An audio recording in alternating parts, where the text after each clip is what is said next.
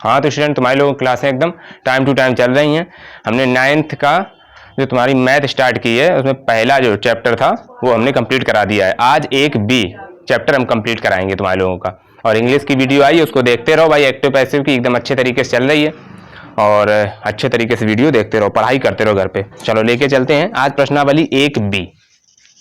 चलो आज छोटी प्रश्नावली है, जल्दी समाप्त हो जाएगी, कोई दिक्कत नहीं, लेकिन एक दिन में एक चैप्टर हमने कंप्लीट करने को बोला है तो ज़्यादा से ज़्यादा कोशिश यही रहेगी एक दिन में एक चैप्टर कंप्लीट हो जाए। प्रश्नावली 1B समझे भाई। पहला क्वेश्चन है निम्नलिखित पूर्णांकों के योगात्मक प्रतिलोम लिखिए। पहला क्वेश्चन लिखते हैं भाई, निम्नलिखित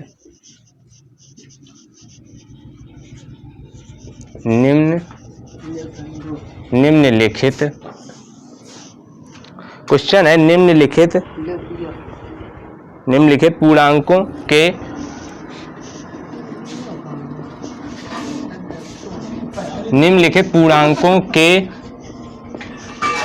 पूर्णांकों के योगात्मक प्रतिलोम लिखिए। योगात्मक प्रतिलोम क्वेश्चन जब हम करवाया करें, सबसे पहली चीज किताब अपनी खोल के बैठो। पहली चीज किताब खोल के बैठोगे, जो क्वेश्चन लिखेंगे तुरंत समझ में आएगा, उसको हम सॉल्व करवाते हैं यहाँ पे, वो देखें। निम्नलिखित पूर्णांकों के योगात्मक प्रतिलोम लिखिए। अब योगात्मक प्रतिलोम जो होते हैं भाई वो क्या है समझते चलें। देखो अब हमने क्या दिया है भाई, निम्नलिखित प्रतिलोम जो है निम्नलिखित पूर्णांकों के योगात्मक प्रतिलोम लिखिए। अब योगात्मक प्रतिलोम क्या होते हैं, केवल निशान बदलना होता है, यानी कि ऋण का धन और धन का ऋण करना होता है, यही योगात्मक प्रतिलोम है। गुणात्मक प्रतिलोम में हम अंश को हर में बदल देते हैं और हर को अंश में बदल देते हैं। तो देखो पहला जो हमारा है क्वेश्चन वो क्या है कि -7 यानी -7 का योगात्मक प्रतिलोम, ऐसे क्वेश्चन करना है हमें एग्जाम में। -7 का योगात्मक प्रतिलोम, ठीक है बहुत बढ़िया। माइनस लगा है निशान, हमें इसको प्लस कर देना यानी कि प्लस के साथ। अब क्वेश्चन जो इसका दूसरा भाग है जीरो का योगात्मक, देखो यही एक ऐसी संख्या है जीरो जो स्वयं की योगात्मक प्रतिलोम होती है, हमने बताई है। जीरो का योगात्मक प्रतिलोम भाई देखते चलें, अच्छे तरीके से क्लास लें। प्रतिलोम देखो जीरो का योगात्मक प्रतिलोम क्या हो जाएगा, जीरो। अगला क्वेश्चन क्या है, 1 का योगात्मक प्रतिलोम, इसको हम ले लेते हैं फर्स्ट, इसको ले लेते हैं सेकंड, अब इसको ले लेते हैं थर्ड। अब 1 का योगात्मक प्रतिलोम, 1 का योगात्मक प्रतिलोम देखें क्या होता है, -1, ठीक है।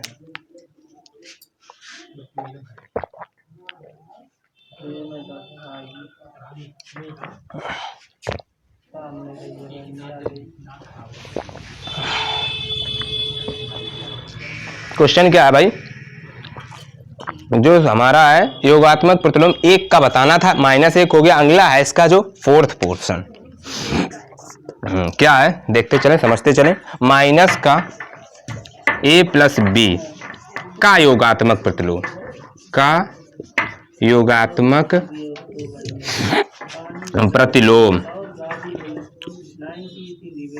क्या हुआ, इसमें माइनस लगा, इसका प्लस हो जाएगा यानी a + b। देखो हमने पहला क्वेश्चन जो था वो कवर करा दिया, क्वेश्चन नंबर फर्स्ट कवर हो गया भाई। अब क्वेश्चन नंबर सेकंड पे चलते हैं। वितरण नियम से 15 × 32 का मान ज्ञात करो। क्वेश्चन नंबर 2, वितरण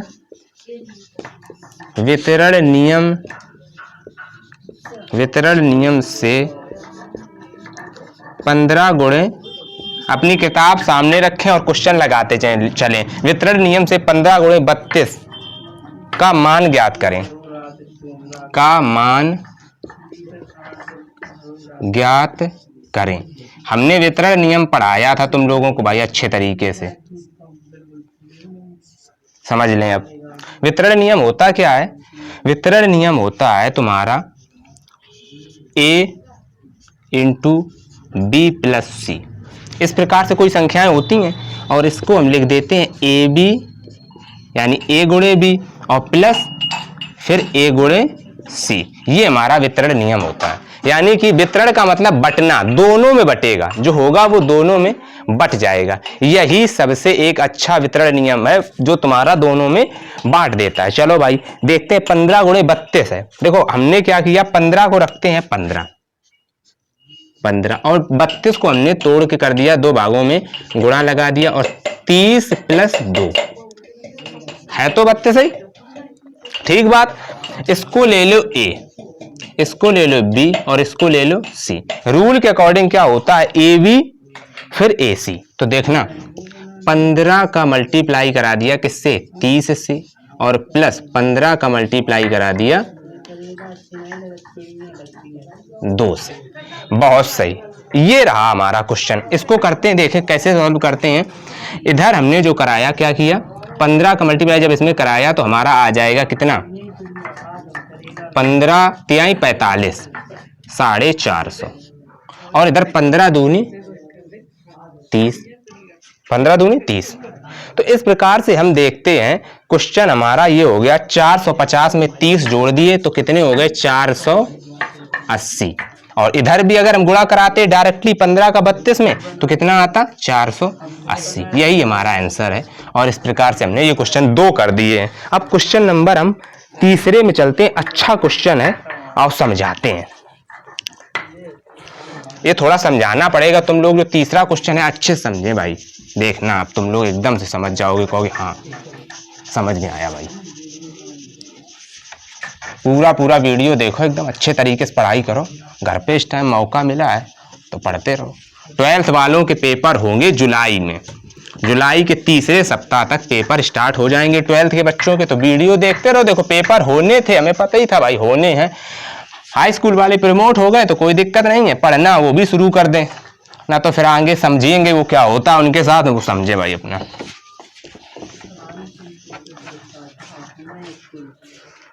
तो बहुत सही चीज है क्या कि एक क्वेश्चन है नंबर 3, इसको पहले नोट करते हैं। क्वेश्चन नंबर 3 को, क्वेश्चन नंबर 3 क्या कह रहा है, धन पूर्णांकों में एक उदाहरण सहित दर्शाइए।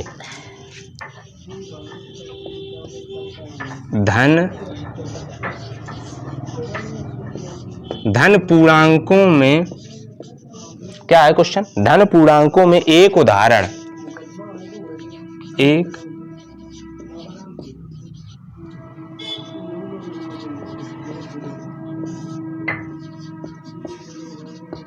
उदाहरण सहित, धन पूर्णांकों में एक उदाहरण सहित दर्शाइए कि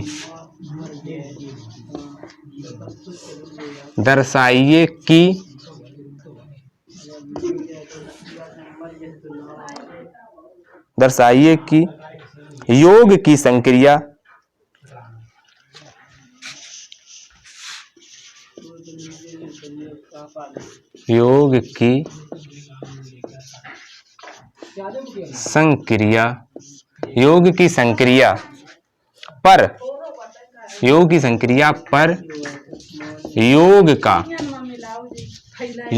का वितरण नियम असत्य है। क्या है, असत्य है। मतलब कि योग का वितरण नियम गुणन पे तो लग रहा है लेकिन योग संक्रिया पे नहीं लग रहा है। किस प्रकार से, देखो वो ये समझाना चाह रहा है a प्लस बी और प्लस सी, फिर कहना चाह रहा है a प्लस बी और फिर कहना चाह रहा है प्लस a प्लस सी। देखो भाई इसमें हमें ये कहना चाह रहा है ये इज नॉट इक्वल यानी असत्य होता है, और इसको हम करके दिखाते हैं किस प्रकार से। हमने एक संख्याएं ले ली, हमने ले लिया 3, a बराबर ले लिया 3 और b बराबर ले लिया 4 और c बराबर ले लिया 5। देखो समझते चलो, a की जगह हमने रखा 3 को, 3 प्लस इधर रख लिया हमने क्या, b की जगह पे 4 और प्लस 5। बहुत सही। इसके बाद हमने जोड़ा इनको, 5 4 9, 9 3 12, 5 4 ये तुम्हारे आगे कितने एक बार समझते चलो भाई। पहले कोष्टक हल होगा तो 9 और प्लस के 3, तो दोनों हमने जोड़े तो कितने आ गए 12।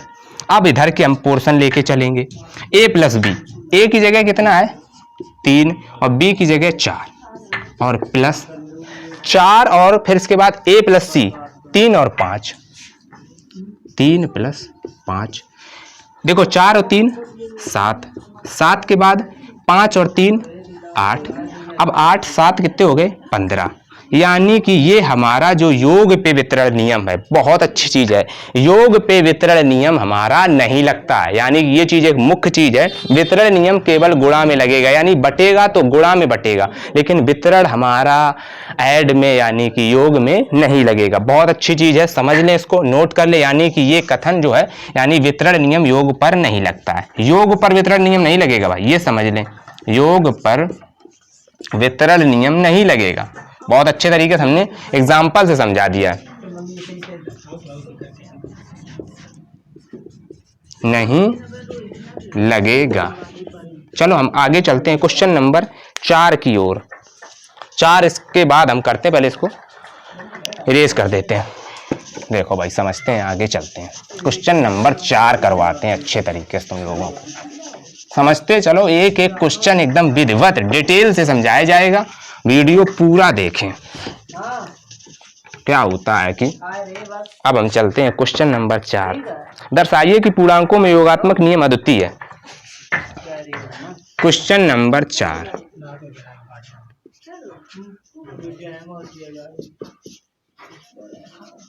दर्शाइए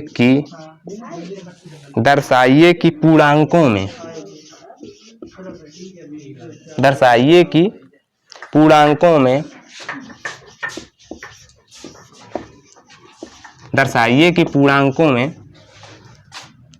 योगात्मक नियम अद्वितीय है। दर्शाइए कि पूर्णांकों में योगात्मक नियम अद्वितीय है। अच्छा, योगात्मक नियम पहले समझ लेते हैं। अद्वितीय है, बिल्कुल है, समझते हैं। हमने कोई दो पूर्णांक लिए, माना कि हमारे पूर्णांक क्या है, एक a है और एक b है।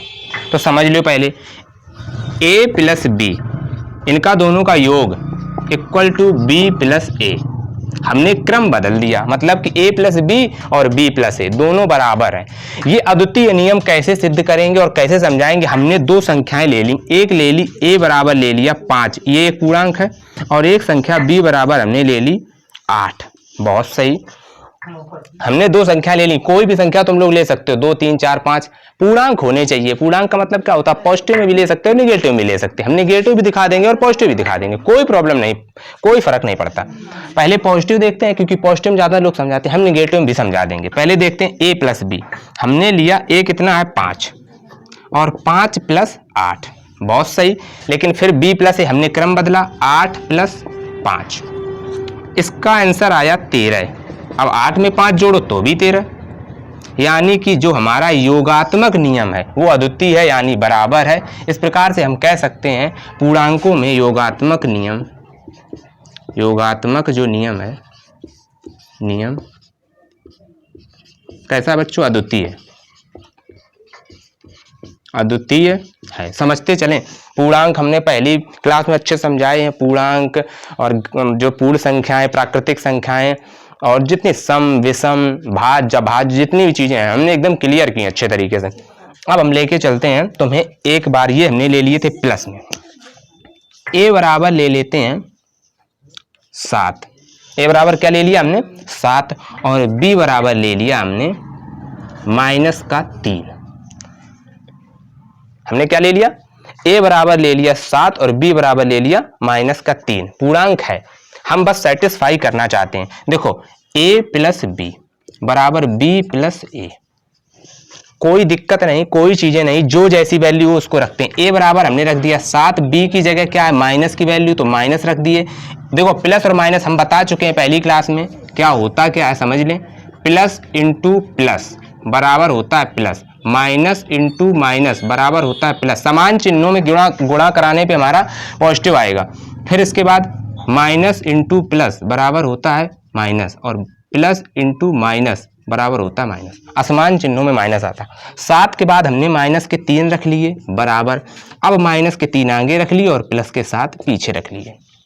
7 से 3 गए, कितने बचे 4, और इधर माइनस के 3 और इधर 7 बड़ा है तो क्या बचे 4। हम कोई भी पूर्णांक लें योगात्मक में हमारे दोनों ओर पक्ष बराबर आएंगे, क्रम बदलने पे कोई फर्क नहीं पड़ेगा। यानी योगात्मक नियम अद्वितीय हमने देखो 2 तरीके से समझा दिया, एक बार a बराबर 5 और 8 पर b बराबर, और एक बार a बराबर 7 और b बराबर -3 पर। तो इस प्रकार से हमने ये क्वेश्चन कवर करा दिया। क्वेश्चन नंबर 5 पे अब चलते हैं, आज का लास्ट क्वेश्चन होगा भाई। ठीक, अच्छे तरीके से तुम लोग पढ़ाई करते रहो, वीडियो पूरे देखो, जिनको ज़रूरत हो लोगों को सबके पास शेयर करो। ऑनलाइन के काफ़ी लोग जुड़ गए हैं तो भाई कंटिन्यूटी बनी रहेगी, तुम लोगों के लिए वीडियो डेली आते रहेंगे। तो परेशान ना हो कि आज शुरू हुआ है कल से बंद हो जाएगा, ऐसा हो सकता है, ऐसा अब नहीं होने वाला है। तो मिलता रहेगा कुछ ना कुछ मटेरियल, तुम्हें 3 टीचर काम कर रहे हैं तुम्हारे लोगों के ऊपर, तो फिर कुछ ना कुछ तो आता ही रहेगा। अगर 1-2 टीचर एब्सेंट भी हो जाते हैं तब भी 1-2 टीचर की क्लास आ ही जाती है, तो ऐसा कोई दिक्कत परेशानी वाली बात नहीं होने वाली है। कह रहा है निम्नलिखित संख्याओं में से धन पूर्णांक छांटिए।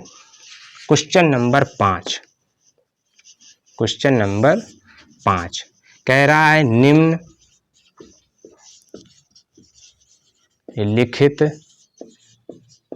संख्याओं में से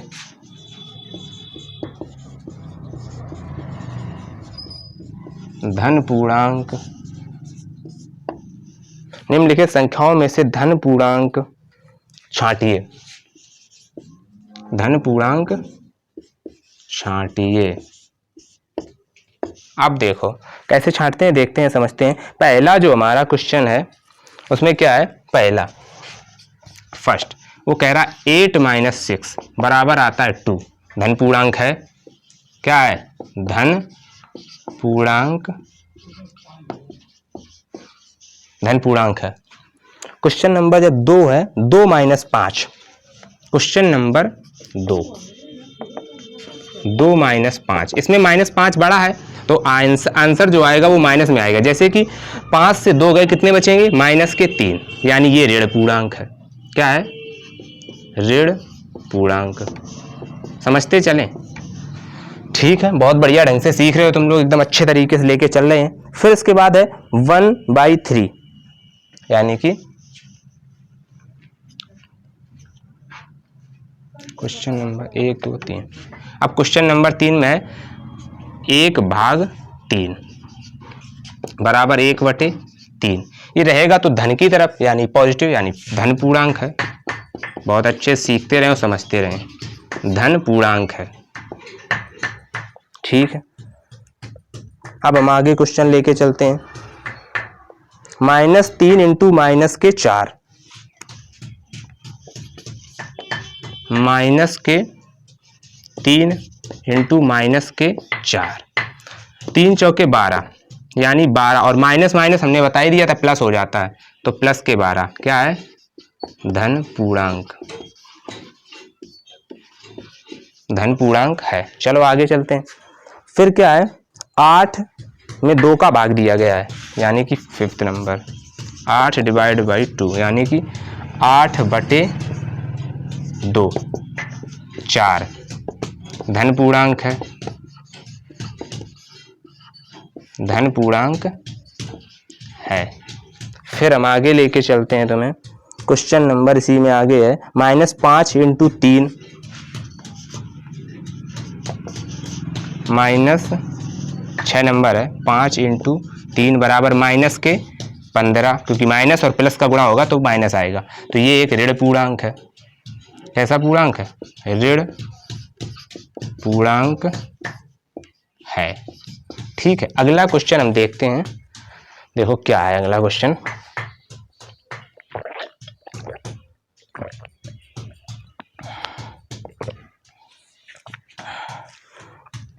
अगला इसी में है भाई 3 × 5, यानी कि 7वां है नंबर, 3 गुणे 5 बराबर 15। ये हमारा धन पूर्णांक क्या है, धन पूर्णांक है।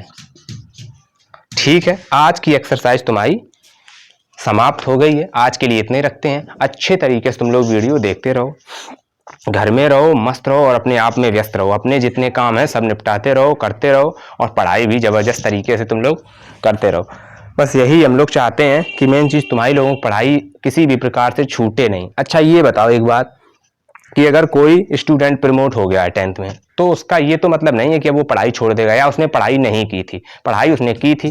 सरकार के पास इतने सिस्टम और सब देखते हुए कोरोना वायरस ये सब कुछ चल ही रहा है, इतना प्रॉब्लम्स हो रही हैं, इस वजह से पेपर को प्रमोट कर दिया गया, बच्चों को पास कर दिया गया। तो इसका फ़ायदा उठाओ भाई, अब मेहनत करो। जो बच्चे नहीं, जिन्हें उम्मीद थी पास होने की, वो पास हो गए हैं, तो अब मेहनत कर लो।